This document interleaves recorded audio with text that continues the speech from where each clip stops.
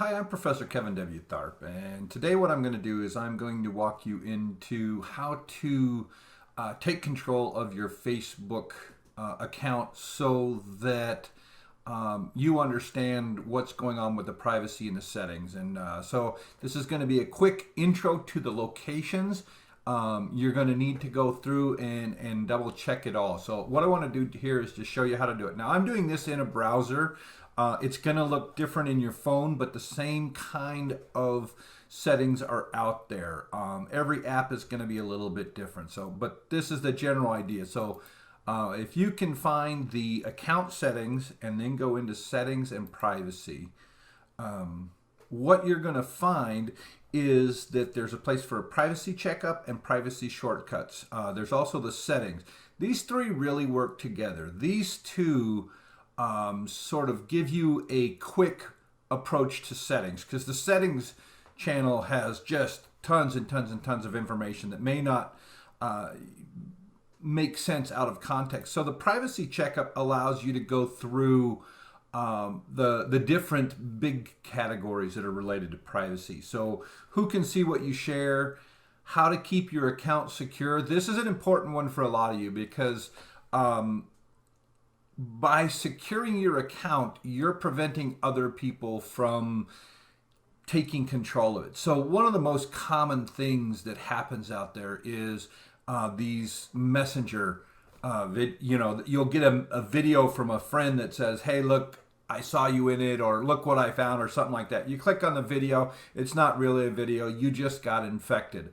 Well, if you go through these security steps, that kind of thing is going to be less likely. The other thing that it allows you to do is, if you have been compromised, first off, go in and change your password. And you'll see within here the places to change your password. But then there's a way to go in and actually turn off all of the things that the computers and the phones, and you've got control of how to turn all those off or unlog them in from your account so that you can take immediate control. So two-factor authentication is one of the things that will do that. Login alerts being on is another one. So if you're going through here, it may show you something completely what you see here, but it's going to walk you through that process, how to change your password, how to add that extra layer of security for two-factor authentication.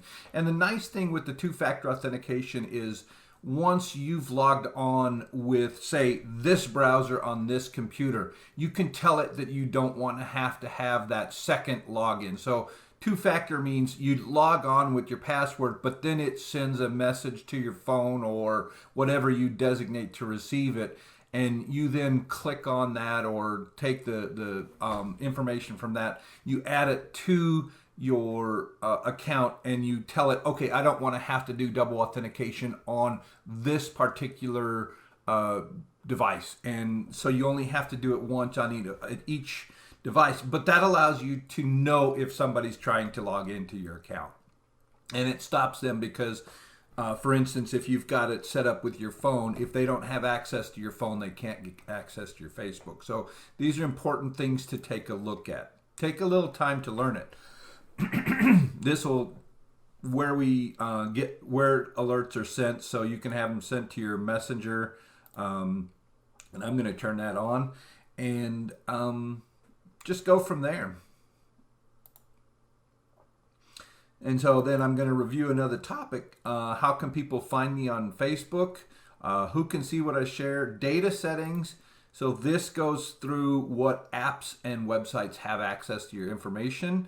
It also goes through face recognition. So you may not want to have these apps to have access to your account.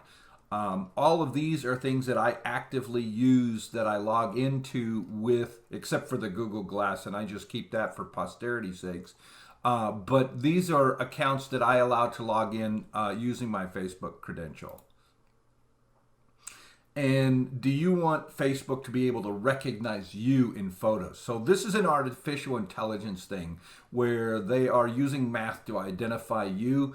in photographs. You decide whether or not you want that to be something that is enabled for your account. If you don't want it turned on, turn it off. I'm all over the internet. My face is out there, so I'm not too concerned about it. So I've got it.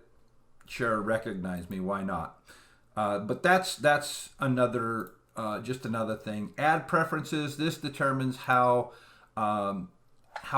Facebook uses your data, who they share data with, whether or not it shares it with websites, and where they get data, all of that. So go through and look at this and see what options you do and don't want to have turned on.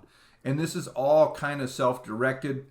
And I've told it I don't want them using this kind of information to target me with ads.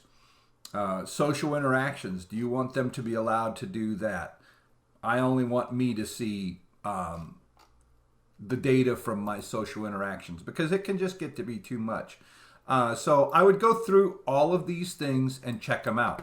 Now, if you want to go further, there again in the settings and privacy, that you can do the privacy checkup, which is what I just showed, or you can go to your privacy shortcuts, and what that's going to do is it's going to group privacy, account security, ad preferences. So it's the same information, just a different way to access it. And go through here and just take an afternoon and check all of these things out, see what they're about, because it tells you exactly what each of these means.